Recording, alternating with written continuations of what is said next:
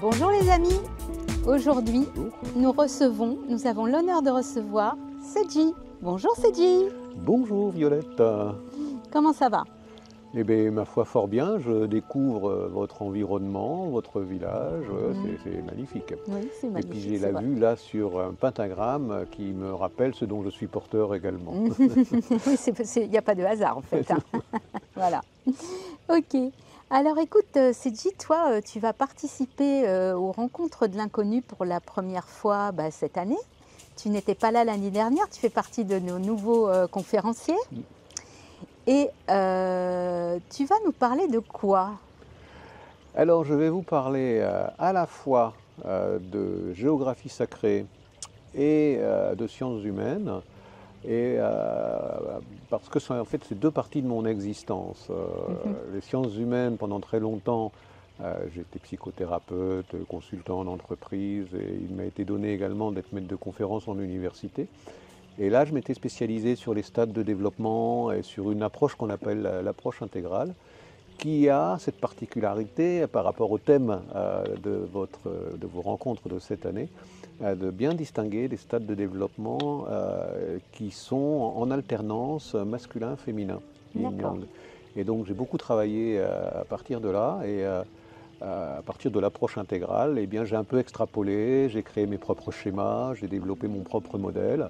Et donc ça va être la partie sciences humaines qui sera la seconde partie de ce que je vais aborder. Et la première partie, elle va être plus tardive dans ma vie, parce que ça m'est tombé dessus qu'il y a quelques années, depuis 2018. Ce sont des découvertes, on peut dire, de géographie sacrée, donc de différents alignements sur la France, qui forment des symboles. Ouais. Et quand on décrypte, quand on interprète ces différents symboles, on se rend compte que le message, l'enseignement est lié à la rencontre du masculin et du féminin. Tout d'abord, terrestre pour accéder à un masculin et féminin sacré. Plus céleste. Alors pour avoir assisté à une de tes conférences au mois de juin de cette année au Festival de la Merveille et des Mystères de Stéphane Levacher et de Nicole, son épouse, j'avoue que j'avais été assez bluffée, impressionnée effectivement par tout ce que tu nous avais montré en termes de symboles sur justement notre pays, la France. Alors moi j'ai vraiment une question qui me taraude depuis déjà assez longtemps, mais je profite de t'avoir en face de moi pour te la poser.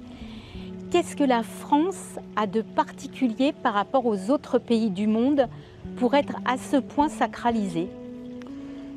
C'est une excellente question à laquelle je n'avais pas forcément pensé, mais on me demande toujours pourquoi la France. La meilleure réponse que je peux faire, c'est j'en sais rien.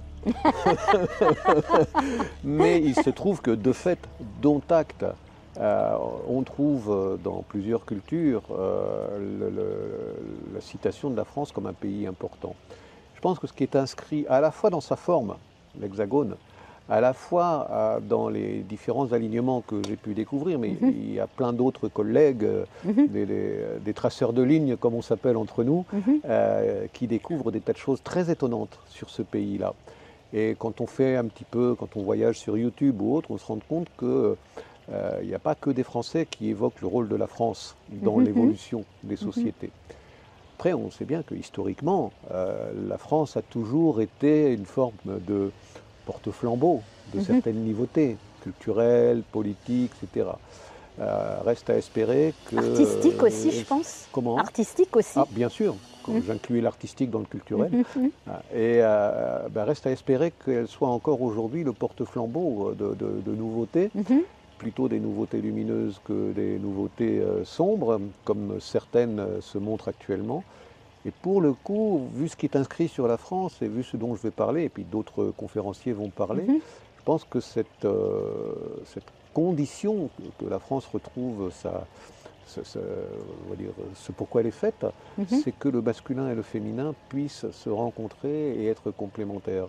Donc, pourquoi la France, j'en sais rien, mais de fait, elle est marquée depuis très longtemps de ce message-là.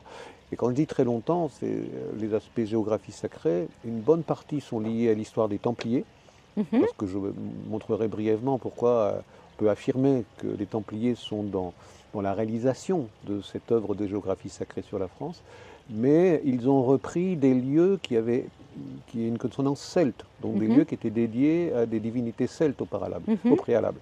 Donc, nos anciens ont marqué la France de ces messages-là, et à chaque fois, on a bien une conjugaison des divinités masculines et des divinités féminines qui, par diverses lignes, se rencontrent, s'harmonisent, s'unissent et déterminent un chemin initiatique.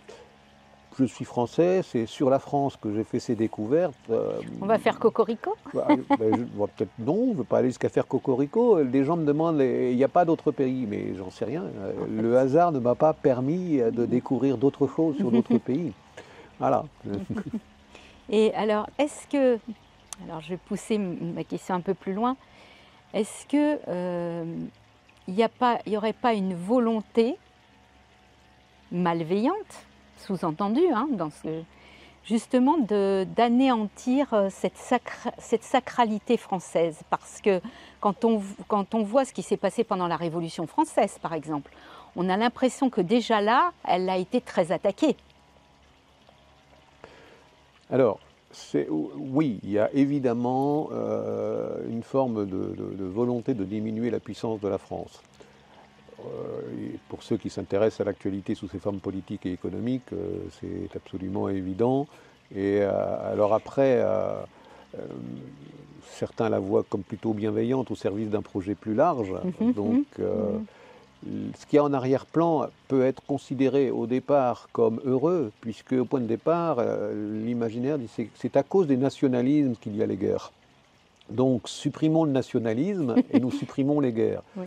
Le seul petit problème, c'est que un raccourci, cette façon de penser n'intègre pas les réalités des choses. C'est que chaque pays a sa culture, a son histoire, de même qu'on ne forme pas un couple. Alors aujourd'hui, ce n'est pas que les couples masculins-féminins, mais on va dire même à l'intérieur de soi, masculin-féminin. On ne forme pas un couple en perdant son identité propre, en perdant sa propre richesse. Donc le masculin doit garder ses richesses, ses fonctions, ses énergies, le féminin également, et c'est leur complémentarité, leur harmonisation qui fait la création nouvelle. Et l'erreur de ceux qui pensent que le nationalisme va conduire obligatoirement à la violence, même si ça a été vrai dans l'histoire, c'est du coup d'oublier totalement que, mais oui, mais derrière un nationalisme bien compris, bien vécu, c'est une culture, c'est une histoire, c'est une civilisation. Ce sont des spécificités, et que c'est la rencontre des spécificités qui va faire qu'on va créer quelque chose de neuf.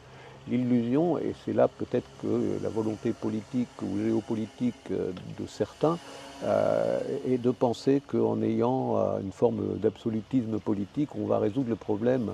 Non, au contraire, on va dans le mur. Je suis assez d'accord avec ça. Je suis assez d'accord avec ça. Et alors, comment va s'appeler ta conférence? Alors, il faut que je me rappelle du nom que nous venons de lui donner. Alors, Yin et Yang sur la France, quand géographie sacrée et sciences humaines se rencontrent. Ouais, ça c'est un joli titre. Ça, c'est un joli titre où on perçoit à la fois le côté matériel et le côté spirituel qui est sous-jacent. Et c'est ça qui est intéressant. Eh oui. Et même, bon, quand on parle de sciences humaines, mes spécialités, c'était plutôt à l'époque où je travaillais dans ces domaines-là. Donc, initialement, je suis criminologue et je me suis donc, bien entendu, intéressé à la psychologie, à la psychosociologie, donc l'évolution individuelle et l'évolution collective. Mais tu viens de parler de spiritualité. Et mon histoire antérieure a fait que c'est quelque chose qui m'a toujours questionné, même plus que questionné, qui m'a toujours habité de différentes façons. Et de ce fait-là, dans mes travaux, dans mes recherches en matière de psycho, j'ai essayé de comprendre aussi les dynamiques psycho-spirituelles. Comment les stades de développement, individuels ou collectifs, et comment la rencontre justement des dynamiques, des fonctions psychiques à caractère masculin et des fonctions psychiques ou énergétiques à caractère féminin avait une logique cohérente qui nous amenait progressivement à franchir des étapes de développement de la spiritualité. Et donc ce titre rejoint effectivement quelque chose que les anciens ont écrit sous des formes plus symboliques, de personnages bibliques ou de lieux-dits à caractère très marqué, voire parfois assez coquin d'ailleurs.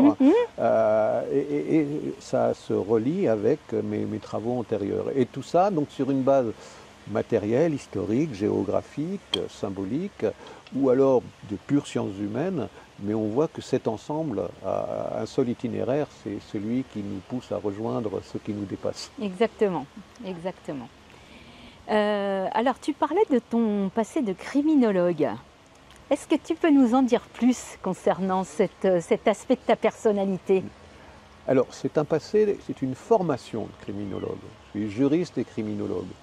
Et en fait, assez vite, pour des raisons tout simplement de handicap auditif, ce à quoi je me destinais m'a été fermé, parce qu'au moment de passer le concours de commissaire, on dit « Ah non, cher monsieur, vos oreilles ne sont pas suffisamment en bon état ». Ouf. Donc la police n'a pas voulu de moi. Et donc. Et aujourd'hui, oh merci. Et donc du coup, il a fallu que je me réoriente. Et après un petit passage, long passage en Afrique, eh bien, je me suis réorienté vers la direction d'établissements socio-éducatifs. Donc j'ai été du côté de l'accompagnement des jeunes en difficulté ou de l'accompagnement d'établissements de type centres sociaux ou autres. Donc ce qui m'a permis d'être plus dans la pédagogie, dans la psychologie, dans la thérapie, etc. Et moins dans l'enquête, la répression. Néanmoins, ma vie a été faite beaucoup d'expériences professionnelles. Il m'est arrivé de reconvoquer mon cerveau de criminologue dans certains projets. Mais c'est pas, enfin, c'est intéressant parce que justement ça te donne une perspicacité, une acuité, un regard très affûté sur les choses. On ne peut pas te la faire toi, hein, on ne peut pas te la mettre à l'envers comme on dit vulgairement. Hein. En tout cas ça donne une façon de penser qui est très différente de celle des historiens par exemple. Oui, parce que dans mes travaux sur la géographie sacrée, c'est beaucoup lié à l'histoire. Et donc je fais des découvertes que seul un cerveau de criminologue peut faire. Parce qu'un historien ne travaille pas sur les mêmes sources, n'a pas les mêmes façons de rejoindre les indices entre eux. Et donc il ne veut pas dire que leur travail est mauvais. Non, non, c'est-à-dire qu'on a une façon de travailler très différente et donc on aboutit à mettre bout à bout des indices très différents. Et les conclusions qu'on en tire, qui sont souvent des hypothèses. Le criminologue ne tire pas de conclusion. Il présente au juge les hypothèses suite à l'accumulation des indices et des faisceaux d'indices. Et donc, oui, la chance que j'ai eue, c'est que cette conjugaison du droit, en tant que juriste, et de la criminologie, m'a permis d'avoir une pensée extrêmement structurée, structurante, et néanmoins un regard très large, très ouvert sur tout ce qui pouvait se présenter à moi comme indice. Et c'est aussi cette façon de penser-là qui m'a amené à être attentif à tous les petits indices que le hasard me glissait pour faire les découvertes que je fais sur la France. Alors le hasard ou les synchronicités? Bon, on va dire, comme le disait Einstein, le hasard c'est le moyen que Dieu prend pour passer incognito. C'est ça. Donc on peut appeler ça des synchronicités, des synchronismes parfois, il ne faut pas confondre les deux. Oui, j'ai beaucoup de synchronicités tout à fait hallucinantes. Et qui étonnamment m'amène à conclure que ce que je découvre dans l'histoire et mon travail antérieur et ce que j'ai reçu en canalisation, parce qu'il y a aussi ça dans les événements, je vous ferai peut-être quelques petits extraits d'ailleurs en fin de conférence. Oui, avec grand plaisir.